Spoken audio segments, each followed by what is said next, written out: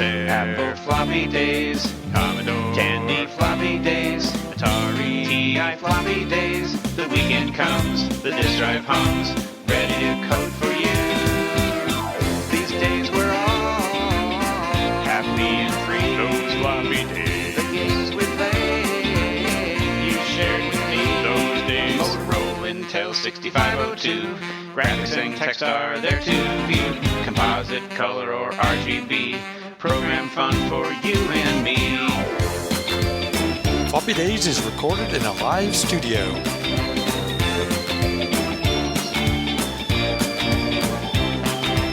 Inside PC floppy days, SD Amiga floppy days, Junior Sinclair floppy days, classic days, microwaves, geeking all week with you.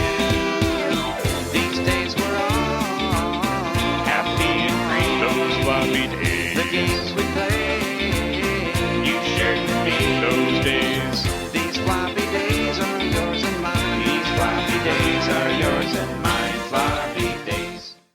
The TRS-80 Model 3. Introducing the Apple IIc.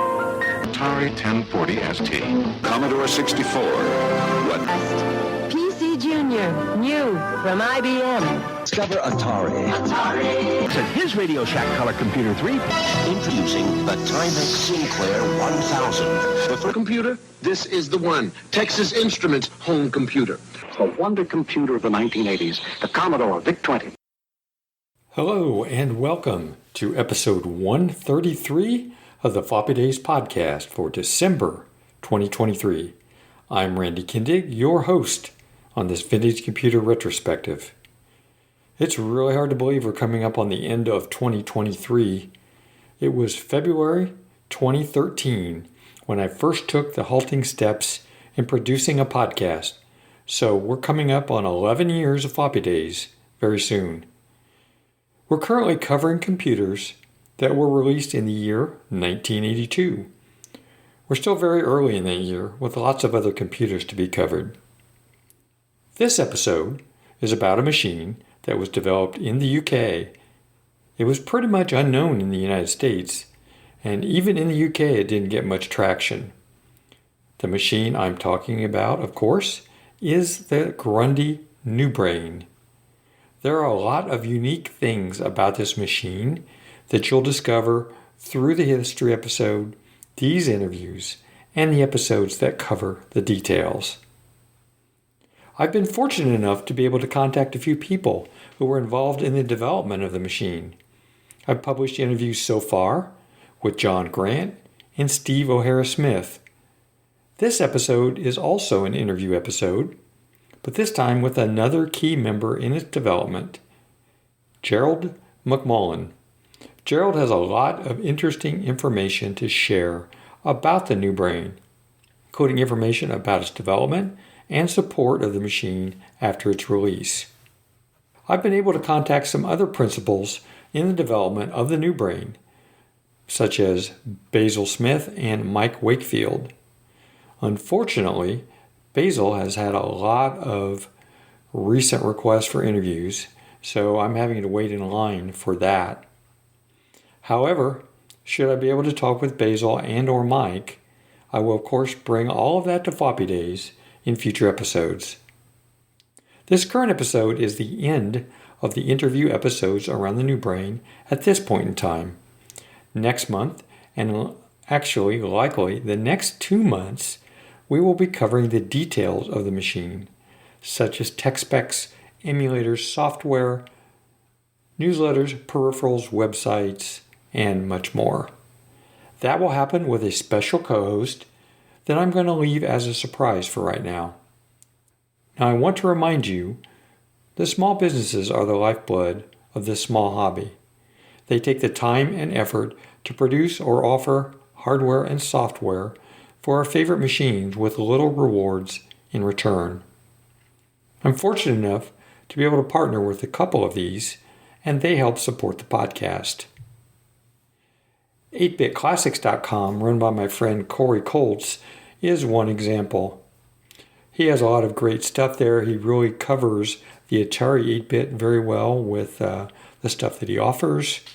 He also has video cables, power supplies, and so on for a lot of other vintage computer platforms as well. The other one is Greg McGill and his site, arcadeshopper.com. He has a huge variety of hard-to-find items for a large number of platforms. Both of these sites are sites that I go to regularly to look for and acquire items, and you're going to hear about them when I talk about new acquisitions on this show. I really do appreciate partnering with these guys, and I want to continue to do that for some time to come. I also want to mention those listeners who appreciate the show enough to donate through patreon.com. People like Scott Lewis, Gare Ilerston, Gary Heather, Ost, Brendan Donahue, Richard Goldstone, Andy Collins, Chris Petzel, Josh Malone, Lawrence, Quentin Barnes, Simon McCullough, Brent Carroll, Tony Capolini, Jason Moore, and most recently Carl Attrell. I do intend to reward those who donate or support the show at some point by offering additional early content and other such rewards. In the meantime, I really appreciate all of you, and it does help offset the cost of running the podcast. Now, let's get on with the show. My name is Gerald McMullen. I worked at Grundy Business Systems from 1982 to 1983. I worked on the software distributed with the disk controller, and the software on the floppy disk was what I gathered and put together. I developed some other software and supported people who were writing software to prove that it would run on the new brain and test that out. After the collapse of Grundy Business Systems, I set up a news group, ran a company to support customers who were looking for peripherals and support for their new brains. And you're listening to the Floppy Days podcast. Okay, now I'm going to talk about new acquisitions and what I've been up to. I've really taken an interest lately in VTech computers. This is an electronics company that has produced and continues to produce a lot of educational toys, and particularly in the past, they actually produced some computers. I already had acquired a Precomputer 1000 and 2000 from flea markets and wanted to acquire their other computers, at least anything that was programmable in BASIC. The Laser 50 is a small and cheap computer sold as an educational computer in 1985. It has a tiny screen with only one line of 16 characters, and the memory size is only 2 kilobytes. This was in 1985, so it definitely was a toy. It has a Z80 processor and a decent keyboard, and of course the whole thing is programmed in BASIC. I'm planning to cover the VTech machines in detail in a later episode, and by that time I may have additional VTech machines that I'll actually have experience with. Next up is something that I acquired for the Coleco Atom. The Atom's digital data pack drives, although they're faster and higher capacity than the audio cassettes used for some of the other platforms, were less reliable and still not as fast as a floppy disk drive. At the time of the Atom design, tape drives were still a popular storage medium for the home users, but by the time the Atom was released, floppy disks had dropped in cost, and in some markets were the preferred medium. The tape drive in my Atom was non-working, which is often the case because they do tend to go out and they need some work on them. And it wasn't able to be made working, at least by the person who worked on it. Although I have an SD-based ADE, which is a virtual drive for the Atom, the iconic tape drive on the Atom is something I really wanted to experience. So I found someone in the community who had refurbished drives and got one from him. I'd actually like to do something similar with the Atom printer, as mine also does not work. Okay, the next item is for the TI-95 and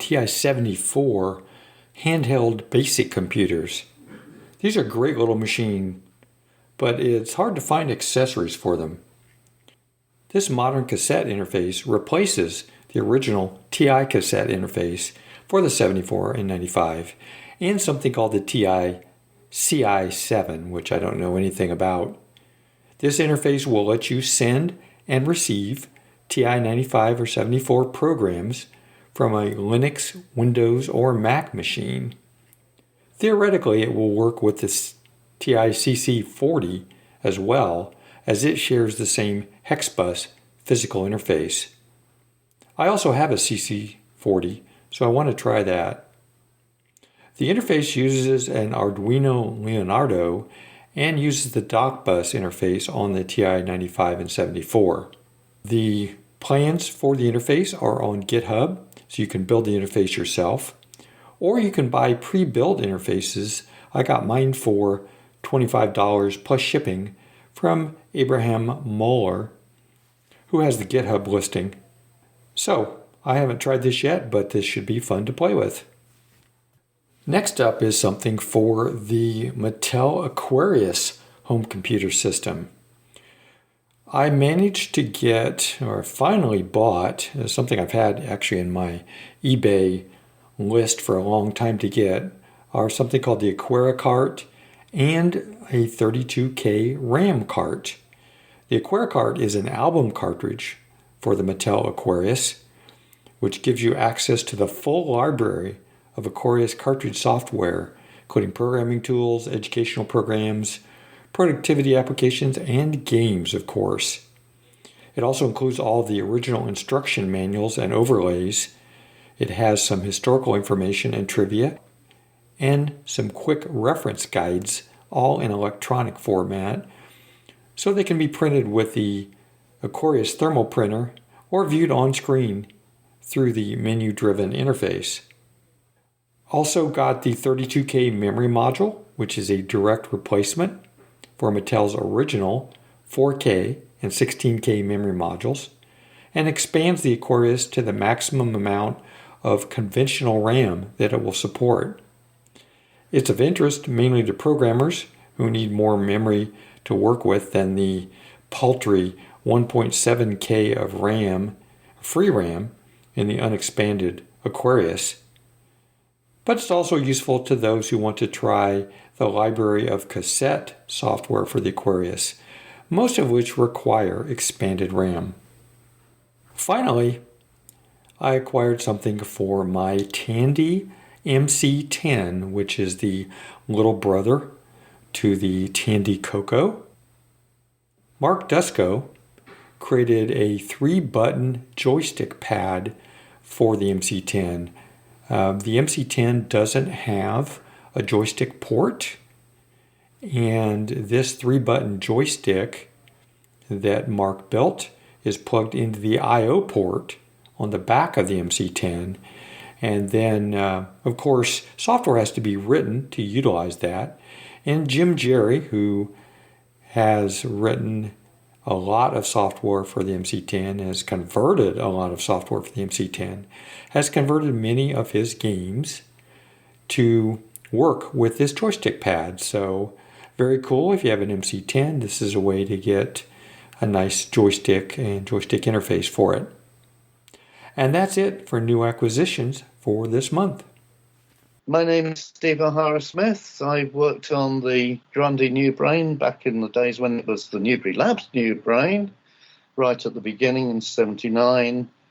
And you're listening to the Floppy Days podcast, and it's been great talking to you. Okay, now let's talk about upcoming shows. There are a ton of shows. Here we are at the end of 2023. There are a ton of shows that are scheduled already for 2024. I mean, a huge slate, and there's probably one in your area or reasonably close to you. So definitely would encourage you to try to get out to one of these if you can. I'm going to run through these quickly since there's so many, but all the details and all the links to all of these are in the show notes. First up in February will be the Vintage Computer Festival SoCal, Southern California, February 17th through the 18th in Orange, California. In March will be the Interim Computer Festival Spring, March 23rd and 24th in Seattle, Washington. In April, there are several. The Midwest Gaming Classic is the 5th through the 7th at the Wisconsin Center in Milwaukee, Wisconsin. VCF East will be April 12th through the 14th in Wall, New Jersey. Indie Classic Computer and Video Game Expo will be that same weekend, April 13th through the 14th in Indianapolis, Indiana. April 27th through the 28th will be VCF Europa in Munich, Germany. In May will be the 32nd annual Last Chicago Cocoa Fest, May 4th through the 5th in Carroll Stream, Illinois. In June, VCF Southwest, June 14th through the 16th in Dallas, Texas. And the same weekend is the BoatFest Retro Computer Expo in Hurricane, West Virginia.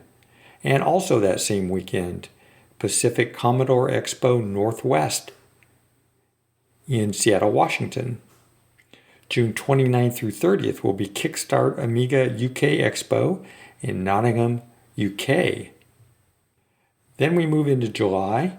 19th through the 21st will be the Southern Fried Gaming Expo and VCF Southeast in one show in Atlanta, Georgia. Fujiyama will be July 23rd through the 28th in Langenfeld, Germany. Silly Venture Summer Edition, now we moved into August 15th through the 28th in Gdansk, Poland. In September will be the Portland Retro Gaming Expo, September 27th through the 29th in Portland, Oregon. And finally, as far as what I know at this point in time, Silly Venture Winter Edition will be December 5th through the 8th in Gdansk, Poland. There will be plenty of other shows, I'm sure, in 2024 that are not yet announced. That's it as far as what I know about computer shows in 2024. Okay, now we move into the interview with Gerald McMullen. Discussion topic, the Grundy New Brain. Okay, I'm here today with Gerald McMullen. Gerald was involved with the Grundy New Brain, and we're going to talk about that today. How are you, Gerald? I'm fine. You? Pretty good. Yeah. Appreciate you taking time today. Maybe you could just kick it off by telling us where you live and what you do today. I live in Cambridgeshire, which is where I've worked at Grundy Business Systems. I'm slightly out of the city now, in the rural area. That's, of course, in the UK. Mm-hmm. I moved up from London, where I graduated at London University. So what do you do today? Are you retired, or do you? I'm retired now. Yes. Okay. I'm retired now. So maybe you can tell us a little bit of your background prior to working at Grundy on the New Brain, if you would. Yes, I was 3 years in teaching, and a lot of my colleagues says industry was this, that, and the other, and I had no experience of industry. So I decided to go into industry to find out for myself. I got interested in programming, and eventually I found a job programming in BASIC, working on HP desktop machines at Standard Telephone and Cables in London. And I worked there 3 years. In part of that job, I was looking at microcomputers, which were just coming out in 1980. And people started becoming aware of them, to use them in the industrial process. I worked in the quality assurance department, where we monitored the production of the circuit boards that were being used for telephone exchanges. So that got me interested in micros. So I wanted to work with microcomputers. The computer I wanted to get was the Grundy New Brain, when it was at Newbury Laboratories. But it was taking a very long time to come out. So I'd seen it for a couple of years and been to shows where it was demonstrated, and met some of the staff at Grundy there. So I rang up one of them, and she got me an interview. And then in May of '82, I joined the company. Nice. Okay. So you already knew something about the New Brain when you started work there. So what did you work on specifically at Grundy? What were you tasked with? They produced a disk controller, which was a CPM 80 system. So besides having their own disk operating system, which was connected to CPM, it used CPM as its drivers and control. So it was a dual system. So you could boot up CPM or you could boot up in BASIC and use and drive it from that. So at the release of this, they needed software on a floppy disk, which was the operating system of CPM. So I created the contents of that floppy disk, and I filled it up with additional material, which included sample programs in BASIC and demo programs from CPM and various examples of how to use the system.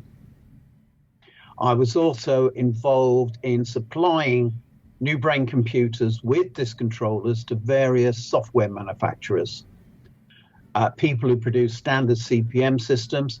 I transferred the software over.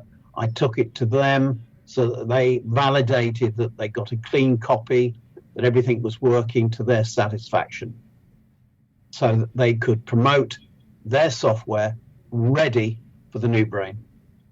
So the New Brain was already released by the time you started working there, right? Yes. So you were working on some additional materials and peripherals and things like that.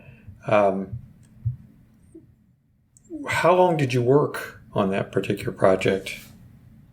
I was with them until the August of '83, so just over a year. Just over a year? Okay. Yeah. The company got liquidated in August of '83. So you were there at that time when that Yes. happened? Okay. Yeah.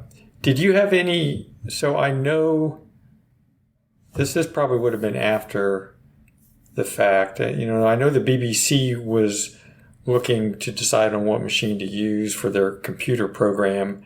By the time you started there, had they already selected the BBC Micro at that point? Yes. But the history of that goes back to the days with Clive Sinclair and Sinclair Electronics. Mm-hmm. Sinclair set up several different companies for different projects. One of his ongoing projects for a long time was to make a microcomputer. He got funding from the National Enterprise Board, so government funding. And the project for that funding was the New Brain. But he wanted a machine that was going to be capable of being sold for a sub £100 price. And there's no way that the design of the New Brain could do that. There were too many discrete components. The quality of the keyboard was far too expensive. And so he was getting disinterested in it. The Enterprise Board persuaded Newbury Laboratories to take over the project, again with enterprise money, the National Enterprise Board money. Newbury Laboratories were makers of terminals, dumb terminals, BDUs. And that's where the colors came from. Their color scheme was brown and cream. So they were not really keen on having a microcomputer and was persuaded to take on the project. And they were very pleased then that Grundy was interested in a microcomputer. They had a Super Brain clone of their own, but they wanted something that might go into the domestic market and into education, so they claimed at the time. And they were persuaded to take the project on. Now, at the Newbury Laboratories was the time, I think, or maybe even earlier than that, that the BBC got involved. The New Brain itself was the BBC computer. The people who worked on the new brain worked with the BBC and produced them the specs and designs for the model of computer that the BBC said that they wanted. The problem was that none of these companies had produced any computers. At Newbury Laboratories, they had produced a machine for Vestryk.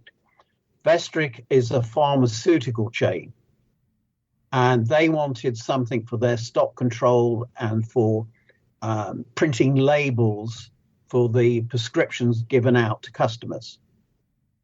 And the new brain was used for that. So the software was written in BASIC, put in EPROMs into the machine itself. And they had a battery pack that they could run off from that. So you could move around the shop with its built-in display, enter in data, collect statistics of what you had in stock and so on. And that was the only machines that were made that had a new brain element to them. It didn't even have the full complements of boards of the computer that was sold as a microcomputer because of this special ROM set that they had with a built-in BASIC. So from that, though, along comes Acorn, and they had the Atom. The Atom had a color display and was in production. So they persuaded the BBC that that is a better way forward for a micro for schools. But the Atom was not up to what the BBC wanted. And hence they produced what was the Model B, the BBC Model B, which was based on the work that they were doing on a machine called the Proton. And then they switched that over to give the BBC what they wanted. Meanwhile, the management of the new brain were not interested in any competing for that contract. They didn't want to sell it into schools. Why that should be the case, I don't know. I don't have any knowledge of that. They still got money from the Enterprise Board. And the Enterprise Board was tied up with the BBC as well. They were funding this microcomputer in the television series just like they had the production of computers. So the new brain went its own way. It never had color. They were developing a color version, but they were also developing a 16-bit processor version as well. But these were far down the line. So when you talked with and interviewed with Grundy, what was it about the machine that interested you so much that you wanted to work on it? Do you recall? My degree is mathematics. And it has a very good maths pack in the ROMs. They use 24 bits, 3 bytes for the numbers representation. So it had a more accurate number range and calculation than the other micros, other 8-bit micros. So I was interested in that. They were also developing a statistical package for use in universities, for research, for labs, and so on. And I was interested in that statistical package. So that's what attracted me to it. It was also the fact that it had a built-in display, and you could treat it like a calculator. But with most calculators, of course, once you've done something, it disappears. I know some of the modern ones, you can now scroll up and down what you've done previously and even edit those. But of course, with a microcomputer, it was all on the screen, loads of it. And you could write a program to store results and various other things. But you could work all of this without a monitor, without any other external things, just from the keyboard computer, the CPU. And that interested me as well for its development in laboratories and for industry and so on. Did you ever get to actually work on anything while you were there that utilized those things that you had an interest in? I did some work like that, yes. And Okay. I wrote a package that did calculations on mortgage rates and things like that. I also created spreadsheet type software. A lot of the software in this period was written in MBasic under at CPM. They were not hard crafted in assembler, and that was good enough. So I was using NewBrain Basic for several projects. I was also correcting some of the work that was submitted, so improving the level of the code. Some of it was taking up too much memory. I could reduce that down so that it ran more smoothly. Interesting. Okay. What do you think could have been done differently in retrospect, with that computer that might have made it more popular, I guess, at the time? Possibly nothing. The key thing here is that there were a large number of customers waiting for peripherals, and these were slow coming. But it seems to me that it was deliberately slow coming. Even at the time of the liquidation, they had all the components to do production run of many of the peripherals and more computers. Now, 83 was not the computer boom that 82 was, so they'd already missed that. But they could have waited until the Christmas period, which from August to Christmas is not that far, to see what the sales were like and whether it would pick up. The demand for peripherals was huge. Nearly everybody who'd already bought a NewBrain wanted that disk controller at the minimum. And they would have sold loads at Christmas for that. And they were never producing those numbers. What it seems to be is that management didn't want to sell the computer to anybody. There were so many delays, there were so many indecisions, more than poor decisions. So everything came late. And I don't know what market they were trying to sell into. It was thought to be a more business machine because of the lack of color graphics. But it could do a lot of stuff regardless of that. There were programs, there were games written for it in machine code that ran reasonably well. But the way it was set up, the way that CPM ran, it really could have done with a 6 megahertz processor instead of the 4 megahertz one that it had. And that would have made enough difference to match the speed of the SuperBrain under CPM. It had a very high TPA, which means that you could load more into memory when it was running than most machines on the market. The CPM was pretty clean, it's pretty standard, it's very easy to get a program installed and running on it. So it had a lot of benefits. And of course, with CPM, there were a vast number of programs already out there that worked perfectly well. And that's what they were aiming for originally as a business machine, not a home computer.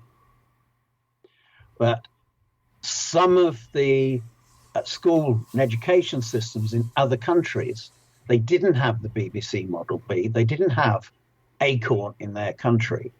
And they were keen to use the NewBrain because the NewBrain had keyboards configured for Greek, Portuguese, Italian, Spanish, German, French, Norwegian, Swedish, all these languages. And that was already done. So Holland, for example, did put NewBrains in schools. They made a star system where it was connected to a machine that had the drives, the floppy disks to load programs, and then cabled an RS-232 to each individual NewBrain. And you could load the program across the RS-232 from a concentrator box that accessed the hard drives that they then installed. They had a Winchester drive as well for it. So this all came after the collapse of Grundy Business Systems. And that's why TradeCom... Sorry. No, I was just going to say, I noticed there was a lot of material available from like the Dutch. And I guess that's why there was some popularity over there. But that was after it was no longer being sold in the UK, right? Yeah. So you said you left Grundy in 1993. No, 83. I'm sorry, 83, not 93. Do you have any interesting or funny stories that happened while you were at Grundy that you'd like to share? I don't know. Not really. Can't think of anything as such. I suppose the way things happen, the colour, it was supposed to be orange and silver. Why orange and silver are the ghastly colours, but something of the time. Yeah. Okay. There was a machine called the Tangerine Orange, which was orange. Okay. So maybe it has something like that. But they didn't tell the manufacturers who were producing samples of the mold for the casing what color to choose. So they just used the colors they had ran off for Newbury's terminals, which were brown and cream. And they just did the two colors because the terminals were two colors and they were talking about a two-color system. And then when they went into production, nobody told them to change the colors. So first production came out brown and cream as a default instead of an actual decision. They tried to produce a housing. The modules for the new brain were daisy chained on a 50-wire cable so that you could plug in a disk controller, and from the expansion module, the disk controller could hang off, and from the disk controller, you could put a concentrator box, an RS-232 multi-system, so you could have 6 lines coming out to operate machinery or other computers. And so they would all stack. It would work with a stack that was about 6.5 feet high, which is as high as the ceilings were, because they tried it. So this thing had about 50 power supplies, the little bricks that the new brain ran off itself. And they just stacked it just to see that it actually would work. So they designed a housing for this, and they were supposed to be little modules, and you stack them on top of each other, just with a cable at the back, so it was all tidy. But they couldn't produce that. So they did a few samples of a housing which had enough room for 3 modules inside, although it was only the expansion box and the disk controller that were then available. In the labs, they had others, but just those 2. But they couldn't produce enough of them.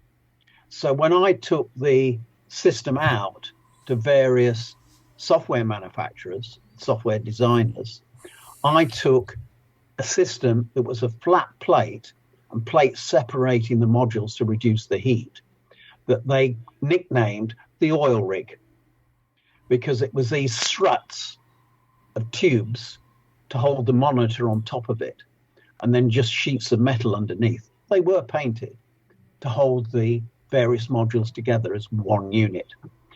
And then at the back of that, they had a large linear power supply that would power 4 modules. Though I say there's the new brain and 2 of the modules. And that thing weighed a lot. It was like 3 or 4 pound weight. It was heavy. If you drop that on your foot, it would be shredded.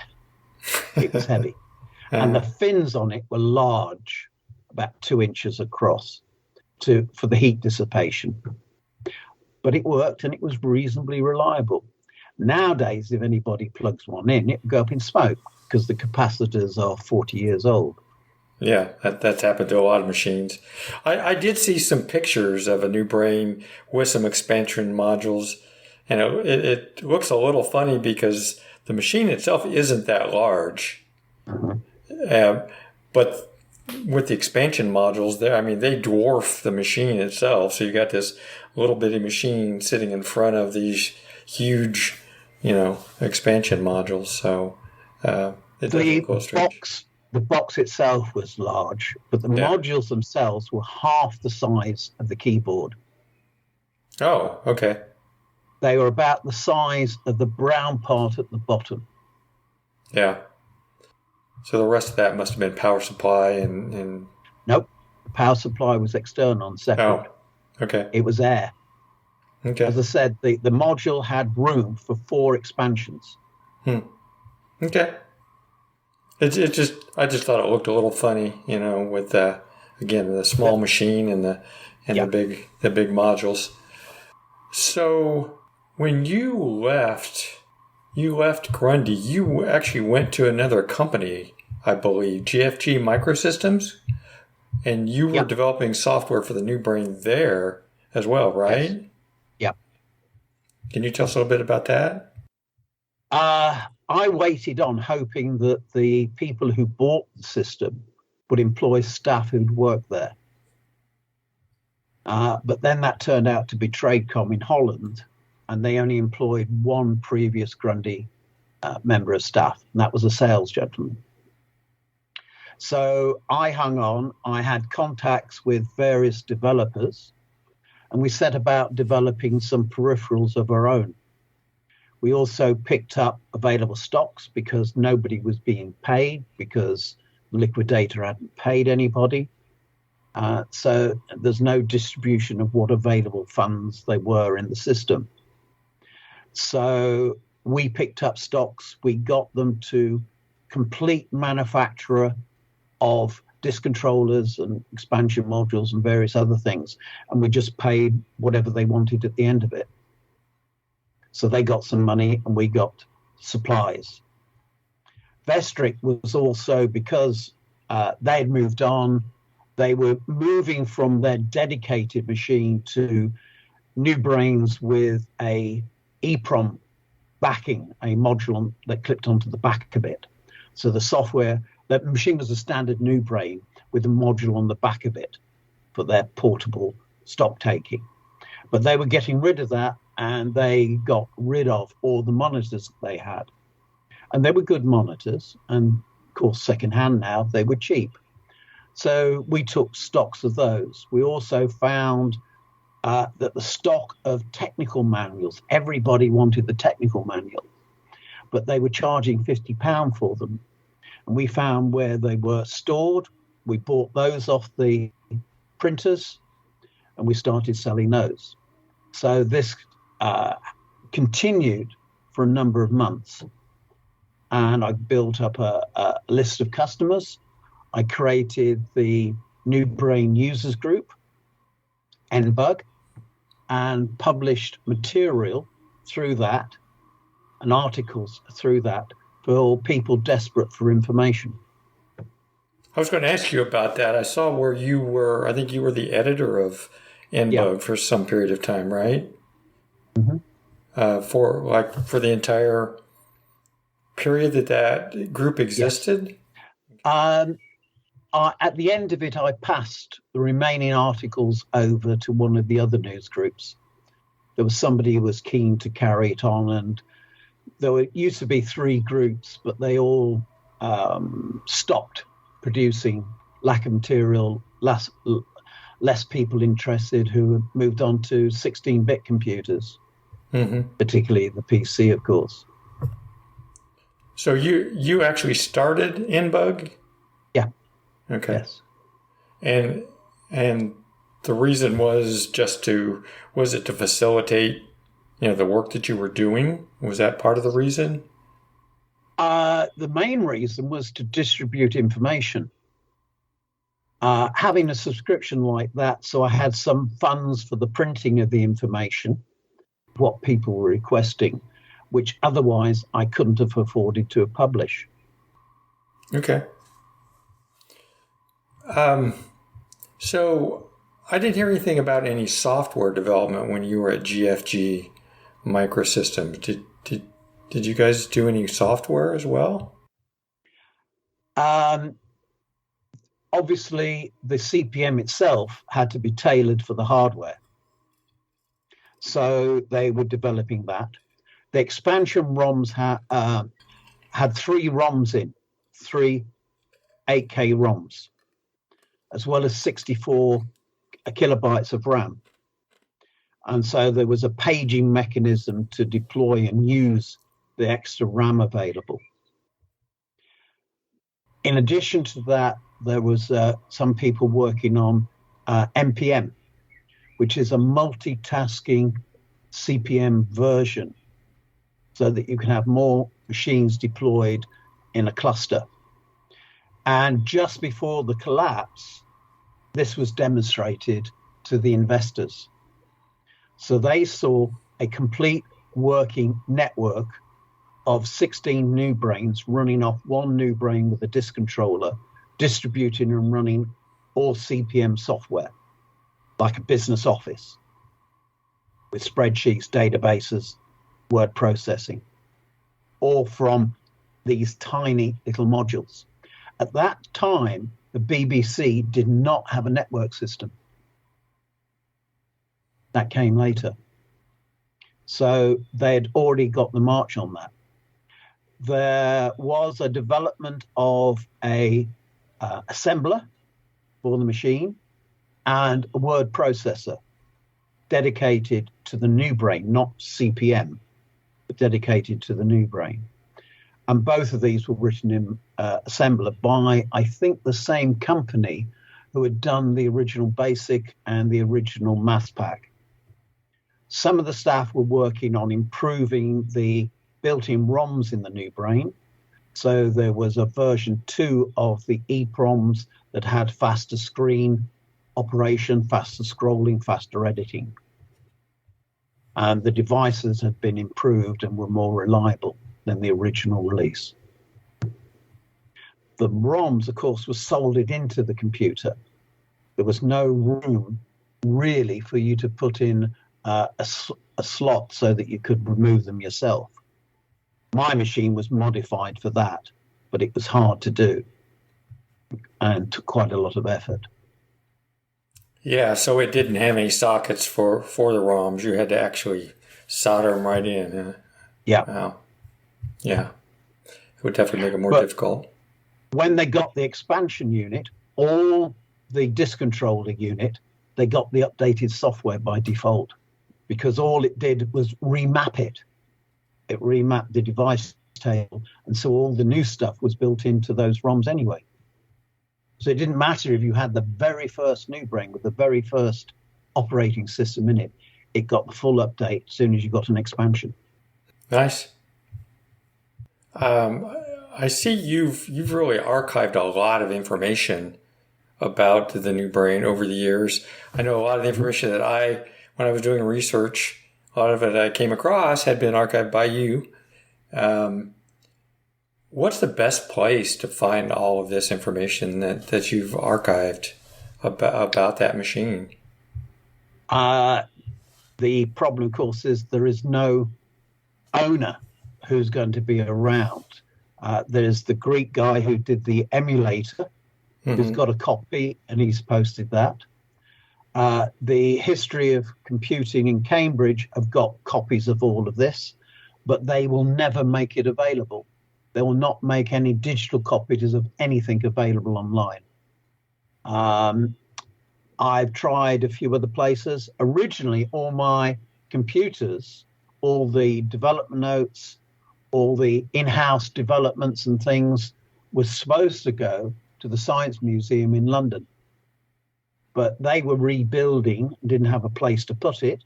And when they finished that, they had a new curator who was not interested in the new brain itself. They had one sample, and that's all they wanted. So all my materials went to Cambridge. Okay.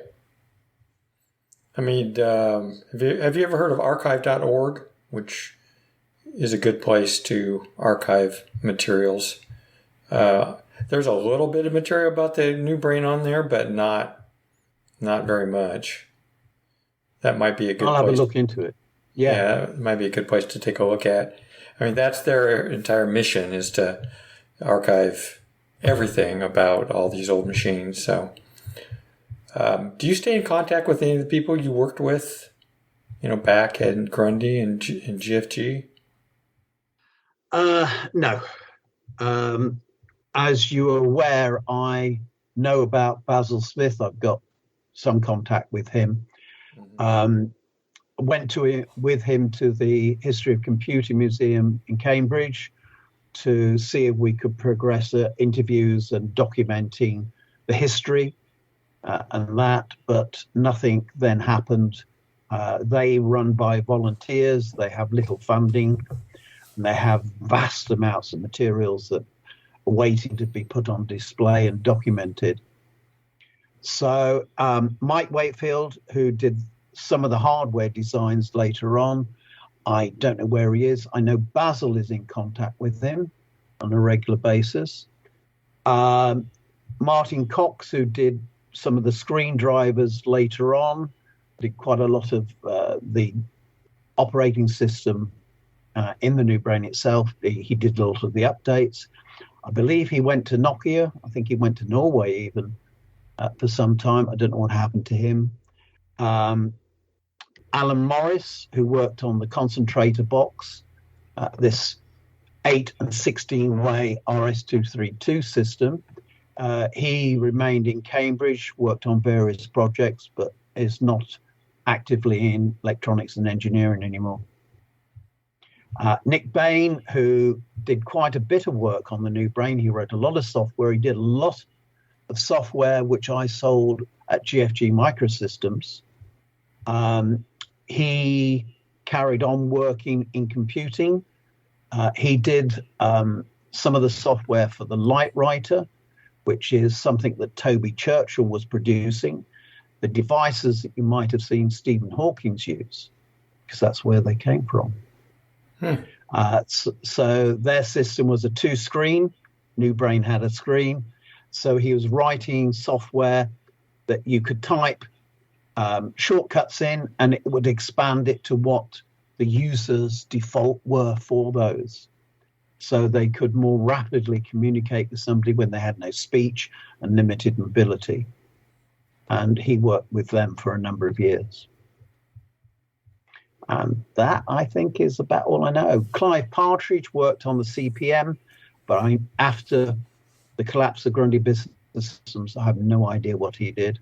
John Kelly worked with me for a while, produced some peripherals that we sold that Nick Bain did the software for, or most of it. But after we separated and closed the company down, I don't know what he ended up doing. More design, I suppose, and contract freelance work. Okay. So I assume you have a Grundy New Brain in your collection in your home somewhere. Do you have one? Oh, you don't? I gave all my old computer hardware away. No. There were a dozen New Brains, 3 expansion box, disk controllers, various things. To a museum or to various museums? The History of Computing Museum in Cambridge. Yeah. Okay. I thought maybe you still had one. No. I gave them also one of the 6 transparent New Brains. There were only 6 transparent cases made. And I had one of those. I sold the other 5.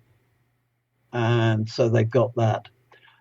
The amount of effort for me to replace the capacitors and fix them today, and then to make sure they remained fixed, was just too much. I don't have the time to do that. So they got them all working again. On one of their display days, they had 15 machines up and running. Oh, wow. Yeah. I mean, I never heard any final numbers as far as how many were ever produced and, were out in the market. Did you ever hear a number? No. They seem pretty rare, though. They were sold in the UK. They were sold in Holland and across Europe. So you're looking at thousands in each country across Europe. But exact numbers, whether it be 10,000 or 100,000, I have no idea. Okay. All right. Well, I don't think, Gerald, I had any additional questions. Is there anything I should have asked about or that you'd like to say to the listeners? Don't know. The New Brain itself was quite interesting. It had a lot of interesting developments that none of the other microcomputers at the time did. So, for example, in the software, it had this setup of drivers, and the drivers could be replaced and updated. Other systems had something like that, streams for passing data. But it meant you could write something and look at the defaults, and it would go to tape, or it would go to disk, it would go to a hard drive. And you didn't have to change any of your other software for it to do that automatically. So there was some clever thinking that went in advance when they set out to design it. The fact that it had a display in the machine, which the Apricot had later, which was a liquid crystal display, and they were looking to update the VF display to a liquid crystal one for later machines. So it had that modularity that many of the computers isn't. We know at an IBM you can put cards in. The Apple IIe had card slots. S100 CPM machines had card slots. New Brain had modules. You didn't have to use a screwdriver to put the modules together. Anybody could do it, and it was electrically safe. So they took a novel approach. But of course, then along came the IBM PC, and the whole world moved in that direction. And then along came the Mac after the Lisa was such an expensive and not successful. And everything changed after that. Yeah, it sure did. One thing I like about that period of time is the wide variety of computers and operating systems and user interfaces that were available. And then the IBM PC came out and, became the standard, and it seemed like a lot of that went away. But, I really enjoy the variety of machines that were available at that time. It was more exciting.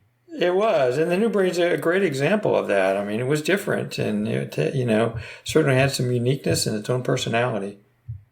Yeah, I think that's pretty much it. So, unless there's something else you'd like to say, I think I can let you go for the day. Okay, thank you very much for your time. Thank you, Gerald. I really, really appreciate it. I'll let you know when this gets published, if you decide you want to listen. And yep, certainly. Again, thank you so much for your time, and maybe we'll talk again another time. Okay, you take care. Thank you, sir. Bye. I want to give out special thanks to Gerald McMullen for taking his time to talk about his experiences in the development and support of the New Brain with me. Much appreciated, Gerald. I've provided links in the show notes for all the great websites we discussed during this podcast. Just go to floppydays.com for the full list. I very much encourage you to provide feedback for the show at Apple Podcasts or on the website, via email at floppydays@gmail.com, via Twitter at floppydays, or on Mastodon at floppydays@oldbytes.space. On Facebook at facebook.com/groups/floppydays, or on the Discord server, whose link is at floppydays.com. Besides the website and Apple Podcasts, Floppy Days is available for streaming at TuneIn, Google Podcasts, Amazon Music, Stitcher.com, and Spotify.